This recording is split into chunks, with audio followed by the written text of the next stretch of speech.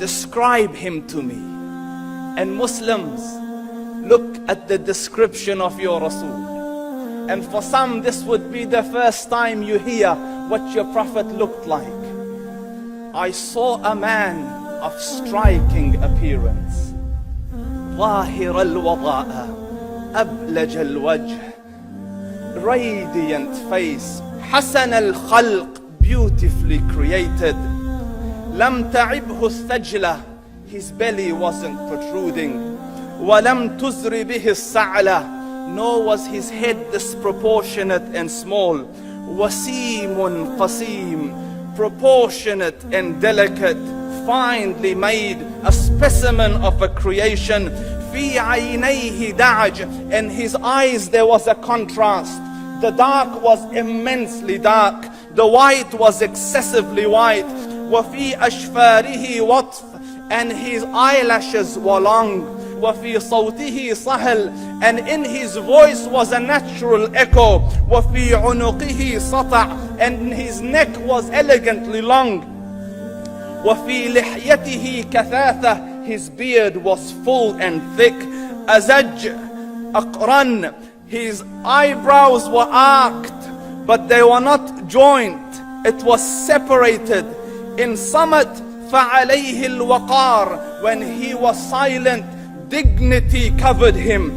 وإن تكلم سماه وعلاه البهاء, and when he spoke it was audible and clear, almost commanding and overtaking. أجمل الناس وأبهاهم من بعيد, from afar the most striking and outstanding in appearance. وأحسنهم وأجملهم من قريب, and when he came near, the best of them and the most handsome of them in closeness. حلو المنطق, such an exalted and sweet level of logic. Like when he used to speak, it was so coherently logical, it was smooth and easy to understand. فصل لا نزر ولا هذر, he was to the point, not excessive nor too short. كأن منطقه خرزات نظم يتحدرن, his logic, his utterances, his words were like jewels coming out of a necklace, calculated, polished, one after the other, it would flow magically. ربعة, he was medium in height. Your eye didn't have to strain to look up at him, nor was it tedious to look down at him. He was a comfortable sight to look at. له رفقاء يحفون به, he had friends, the people that were with him, they were working around him to try to serve and protect him. In قال سمعوا لقوله, when he used to say something, they used to hearken to what he used to say. وإن أمر تبادروا إلى أمره, when he commanded, they used to compete to fulfill the command. This is Muhammad Rasulullah. This is Muhammad Rasulullah. Anas ibn Malik says, he says, I came out one night, I came out one night, it was the full moon night.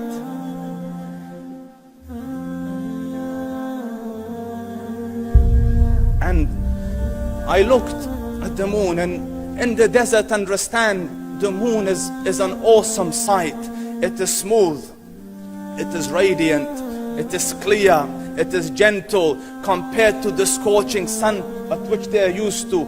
So the moon was the epitome of beauty. So he says, I came out at a full moon night and I looked at the moon and I saw it, beautiful, handsome. So I said, let me go see if the moon is more handsome or my Prophet is more handsome. Let me see if that is more beautiful or the Prophet is more beautiful. So I went and I saw him standing afar.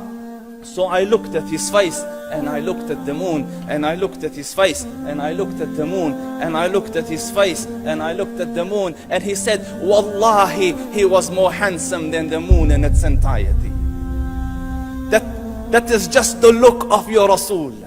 Aisha radiyallahu anha says, I was sewing with the needle, my needle dropped in the dark, I couldn't find it. I said, Ya Rasul, I can't find it. He moved his face close, and I swear, out of the radiance of his face, I found my needle. And the Prophet sallallahu alaihi wasallam was mind-bogglingly handsome, but his handsomeness was covered with waqar and jalal and haiba. The Sahaba say, when we used to sit at his feet, two feelings conflicting would come on the heart. The first one, you wanted to look at him. You wanted to behold the majesty of his face. And when you wanted to look up, shyness used to overtake you, so you used to look down. Amr ibn al-As says, I sat with him many times, but if you ask me to describe his face, I can't describe it. I wouldn't be able to look up to him ijlalan wa ta'zeeman. I couldn't look up at him. And that is why he didn't have the problems that Yusuf alayhi salam had. Because it was difficult to penetrate the awe and the splendor of the Rasul.